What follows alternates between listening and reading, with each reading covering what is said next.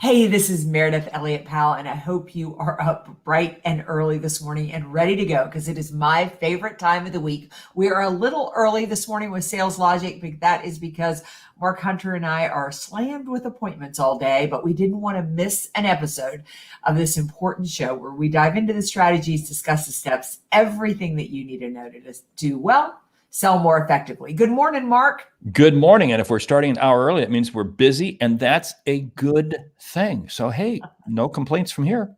Yeah, you had a good week? Had a great week. And funny, quick story. I had a prospect I was about ready to give up on, totally ready to give up on. I mean, in fact, it had been an inbound inquiry. I'd made so many attempts. I made one last attempt yesterday, got the person. Within 3 minutes, we had the commitment on the calendar. Boom, done. Wow. You even paid my way a credit card. So, the art of following up, you never stop following up. It's just, it is amazing. I was doing a webinar earlier this week, and that's what I was talking about is that, I honestly believe that if you stay in the game, I had sort of a weird sales week as well. I went back to those inbound messages that come through your LinkedIn, those ones that you ignore that are usually filled with spam. And I had a request for business in there, and I thought, well, it's a little old, but I went ahead and I reached out. Anyway, we've got a call on Monday and following up on that. So it's you never know. You need to be open, and you need to be consistently keeping yourself visible and consistently making sales calls. You can't close what you don't prospect. You can't prospect what you don't follow up. It's pretty simple. So you heard it there. Well, I'm going to go ahead and pop this video, and then let's get into the show because I love today's sales topic, and I have to apologize on the front end if you thought it was a little too in your face because we're going to be talking about what to do when your sales manager sucks. I thought about putting another word up there besides sucks, but any of us who have been in sales and have worked under weak leadership, that is exactly how it feels. So let me go ahead and hit the video and we'll go ahead and get started. Prospect with integrity, we will get customers who have integrity. Integrity is the foundation from which everything is built on. You better understand value. But at the end of the day, sales is a relationship business. It is a people business. It is an emotional business.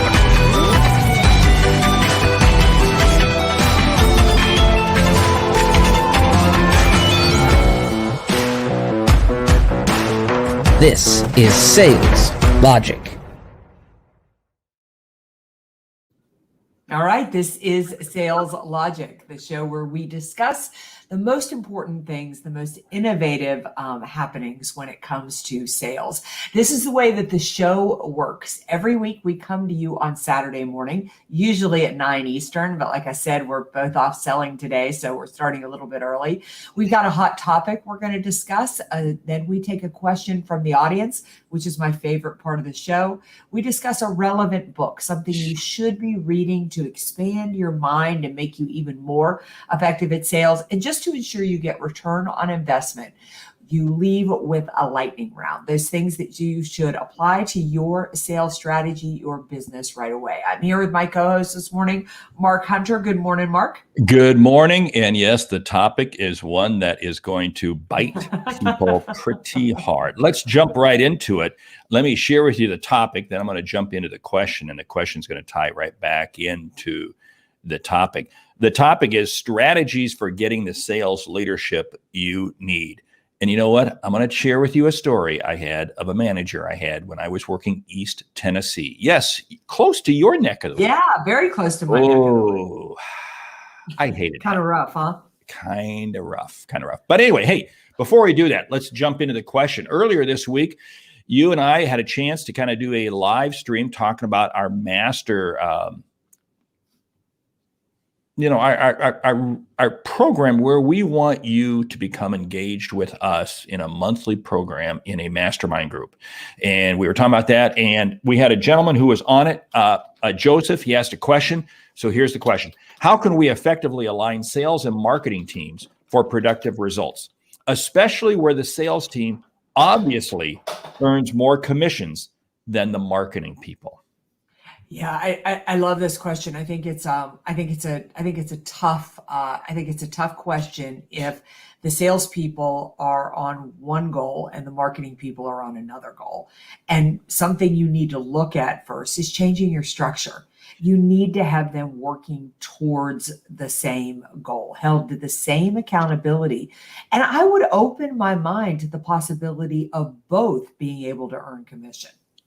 There's nothing wrong with both earning commission. However, I'm going to be very upfront. I'm going to say salespeople should earn more than marketing, because at the end of the day, hey, because we're both in sales, right? Gee, did you think we'd say anything else? No. But here's the whole thing: sales is responsible for bringing it across the finish line. So they should be paid more. They should make more. But going back to your thing, the goals need to be aligned. I see too many marketing goals being set around, just creating leads. Well, leads can be nothing more than names. Let's not kid ourselves. We have to get very focused and get very tight and say, what are the SQL, the sales qualified leads? Because I want sales marketing to be compensated on what leads marketing generates that ultimately turn into business. That's a joint goal that both sides can really win with. Yeah, this is an age-old problem. We've been trying to align sales and marketing forever. So I am going to push and say that you need to look at the structure. One of the biggest problems is marketing does not have skin in the game. They don't have skin in the game to do better if sales does better, and they don't have skin in the game for ownership if sales does not do well. So you need to tie those two together. The other is you really need to open communication. Marketing cannot be as effective as they need to be if they are not getting the information they need from sales. The other thing is that sales needs to be providing information to marketing. If the leads aren't qualified, if they're not good, don't sit in a room and complain about them. Go back to marketing. Help marketing understand what it's going to take in order to do that. The other thing is everybody needs to have a paradigm shift.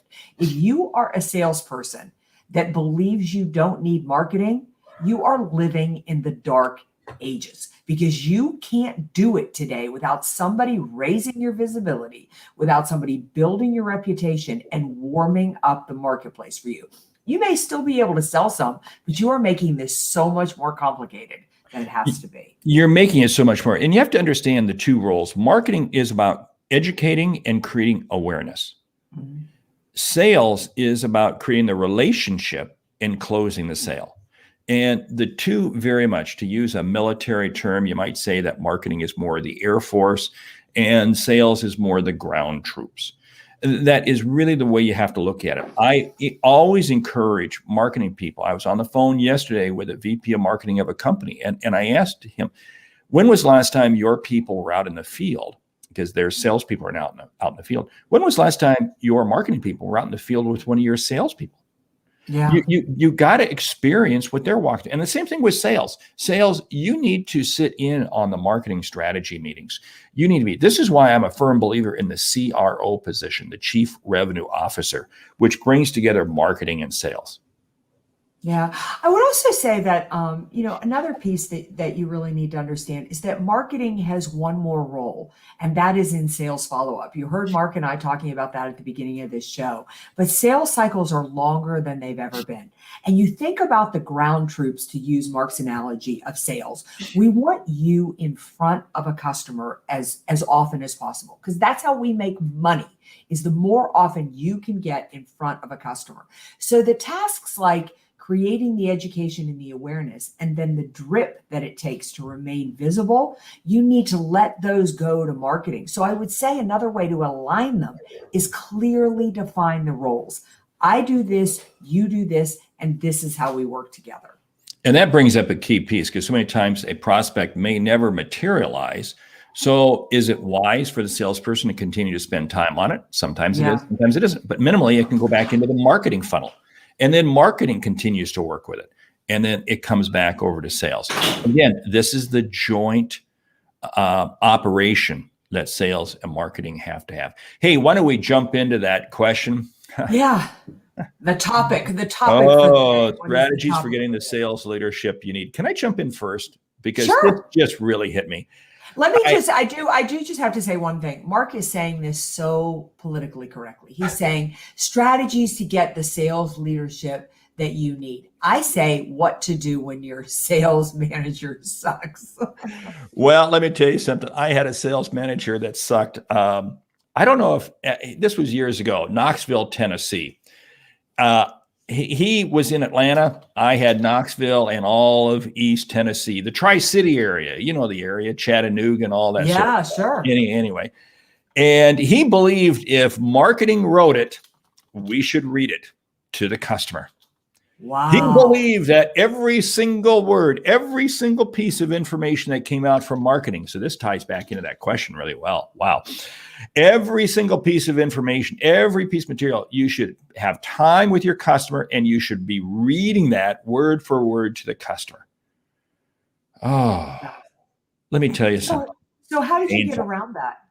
Well, how I got around with that is I would make sure that on times when he would be with me, unfortunately he didn't ride with me very often. I literally had to stack the deck. I had to go to customers that I say, hey, you know what? I'm going to come back in tomorrow and I'm going to be bringing this gentleman with me. I won't say the person's name just in case he might be listening. And bear with me. I would never take him into new prospects.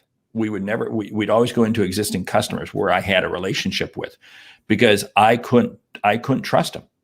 And he would sit there and come out with questions and so forth. And literally then the day after he would leave, I'd have to go back in and apologize and say, okay, when are we going to lunch? I had to apologize. It was the apology tour. Yeah, that's right. That's right. Tashire, I hope I pronounced your name right. You are thank you, A, for being here. You are so right. Sales cycles are damn long and getting longer every day, especially in COVID days. It's one thing that we're going to cover in our mastermind starting Monday, July 26th, about how do you handle the longer sales cycles and how do you stay visible. But back to our topic of what to do when your sales manager sucks. Number one is I always tell my clients, accept it. You know, if over the course of your sales career, you work for two great sales leaders, you are better off than most, because more often than not, we're still in the cycle where we promote people into sales leadership because they're good at sales.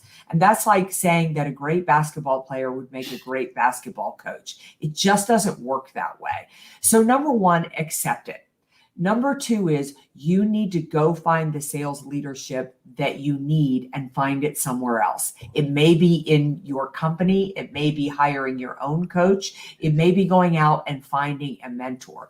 But embrace the fact that you're not going to get what you need and stop fighting it. Stop getting angry about it or complaining about it because you're burning energy and it's not helping you at all.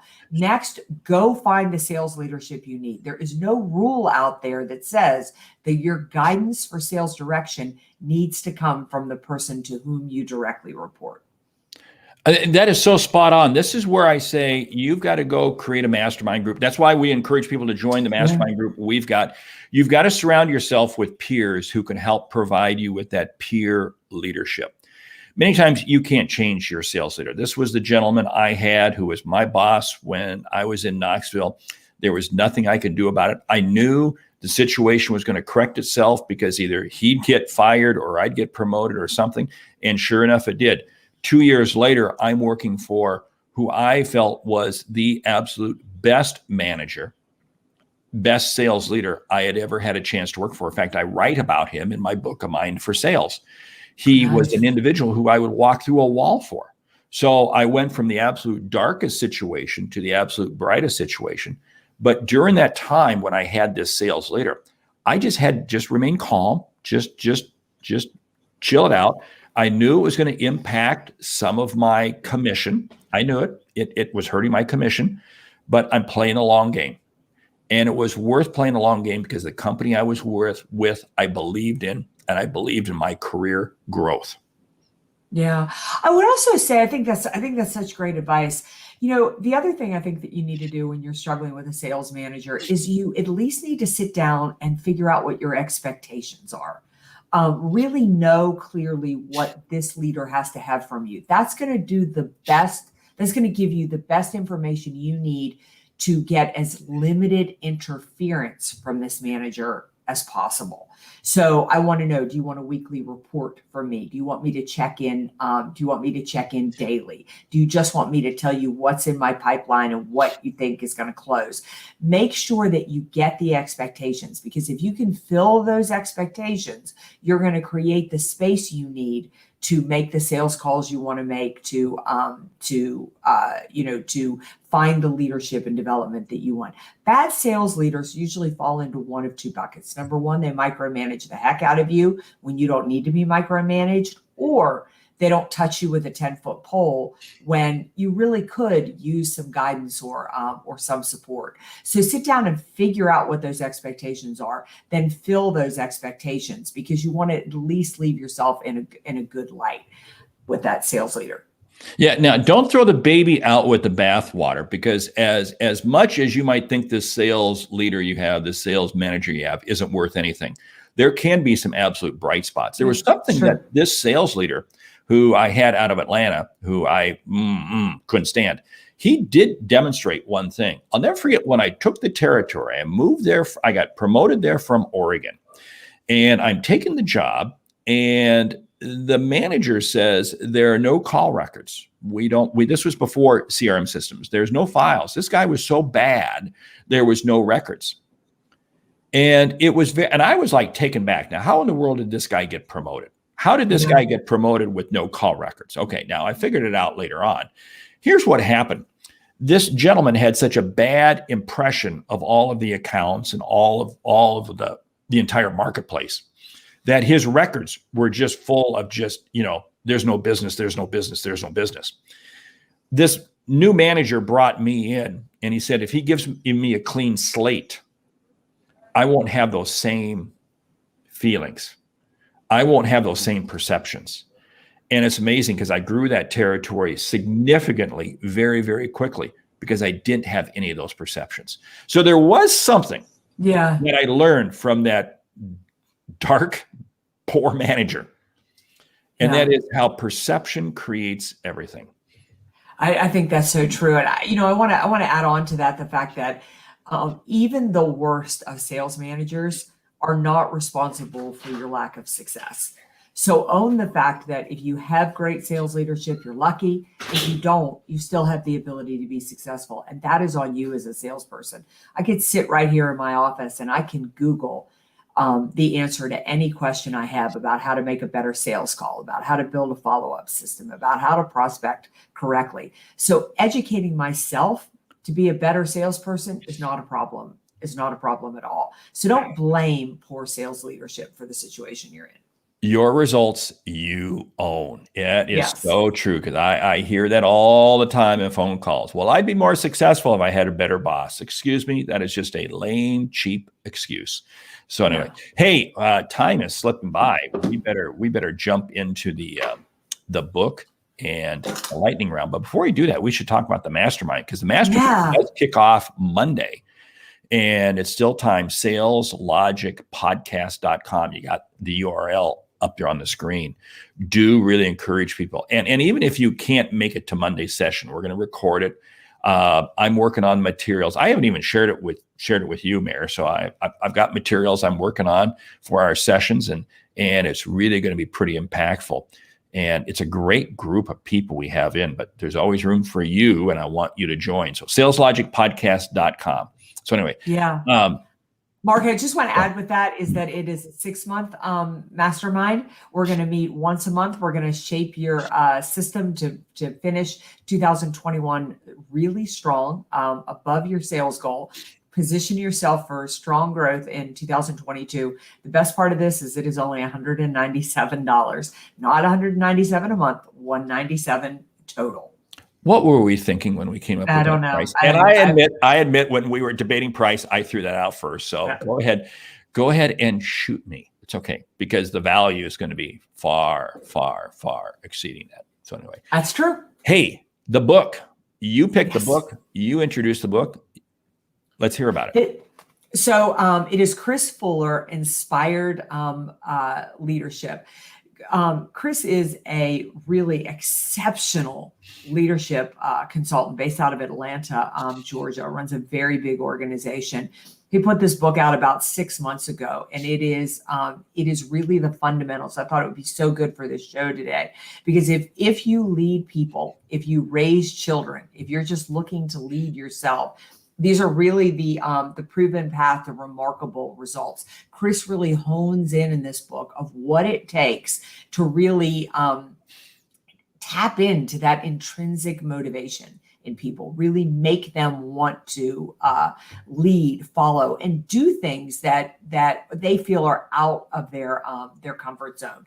It is full of great stories. It is full of practical tips and strategies, and it's a fairly easy read. It's not a particularly long book, but he talks about the fact that leadership is truly an adventure to be enjoyed. So if you are a remarkable sales leader, if you are a new sales leader, if you are a struggling sales leader, or you're just a sales professional that needs to learn how to lead your clients, I really want to recommend you can go to Amazon or chrisfuller.com and get Inspired Leadership. Hey, thank you. And I have not read that book, so I need to go pick that book up. So thank you for sharing with it. Hey, lightning round. We're going to flip this thing around here. The lightning round is top strategies for the best sales leaders. You see how we are kind of dealing with kind of the negative. Now we're going back because we don't want to. Absolutely not. So hey, all right. Top strategies, best sales leaders, go. If you are going to be an amazing sales leader, you need to schedule coaching calls, and you need to not move them for anything. They need to be the priority on your schedule. The reason is it's the highest and best use of your time. The second is the moment you cancel a coaching call, the moment you move it, you're signaling to that salesperson they are not valuable and they are not important. Take the time to understand and learn what motivates the individual person. You motivate a team by motivating individual people. Yeah. Go along on sales calls, but be quiet. Don't lead the sales call. Don't even really talk in the sales call. Let the salesperson do it and then have a discussion afterwards. That's really, really important. Your role on sales calls is not to be there to close the sale. That just takes the sale from the account manager, the account person, the sales rep, whoever it is. Your job is to be there on the front end. It's your job to be able to open up incremental opportunities that really the salesperson would never have the ability to get otherwise. Really look at reward and recognition. Reward progress. Recognize progress. Don't look for perfection. This should be a continual growth cycle. So every step somebody makes in the right direction, just reward that, because they are going to continue to make progress by the reward and recognition you give them, far more than what you point out what they're not doing right. Work with them in setting not only their professional goals for the workplace, and these go beyond the company goals, but also their personal goals. Your job is to help them become a stronger individual in everything they do. Coach behaviors as much as you coach results. In fact, I would say coach behaviors more than you coach results. Help people understand, those that report to you, how to do it, not what result they've got to get. Never, ever talk negatively about any other person in your organization in front of another person. Oh, that is such a good one, and one that gets violated all the time. Realize that if your salespeople are not performing, it's your fault, 100%. Either they're not doing the job and you don't have the courage to get them off the team, or you haven't developed them. But it is never somebody else's fault. They're not performing. If they're on your team and you're not handling it, buck stops with you. Appointments, meetings, calls you have with your salespeople, make sure they always start no later than on time, and make sure they end never any later than on time, because they will take their cues from you as to how to deal with customers based on how you treat them. Manage your salespeople individually. If you have a high performer, let go. Don't require them to do the same paperwork and the same things as you do with a brand new leader, a brand new salesperson just coming on board. Recognize performance, pay attention to it, and give people the rope that they need. Share with them insights and ideas that you're picking up from books or podcasts or other things that you're reading, you're digging into outside of work. You demonstrating to them that you're a continuous learner will impact on them, and they too will become a continuous learner. Allow them to coach you. Allow them to give you feedback and insight as to how you're effective as a coach and where you need to improve. Take the time to celebrate the wins. The wins are always because of your people. The failures are always because of you. Don't hesitate to own the loss. Yes, you can call people out individually, but you have to own the loss, just like a great coach does after the loss of a big game. They don't blame it on the players. They blame it on their lack of preparation. But allow your team to celebrate every win.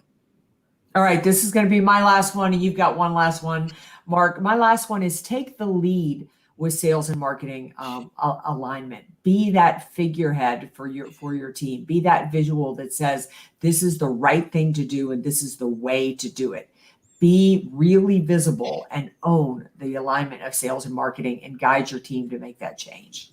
Be the person of integrity. Be the person of trust that people want to follow. Hey, with that, let's go ahead and close it down. Thank you for listening to Sales Logic this week. If you like what you hear, subscribe, rate, and review the show on your favorite podcast app. If something we've said has earned you a single dollar, consider telling a friend about our show. It's how we grow to help you grow. I'm Mark Hunter.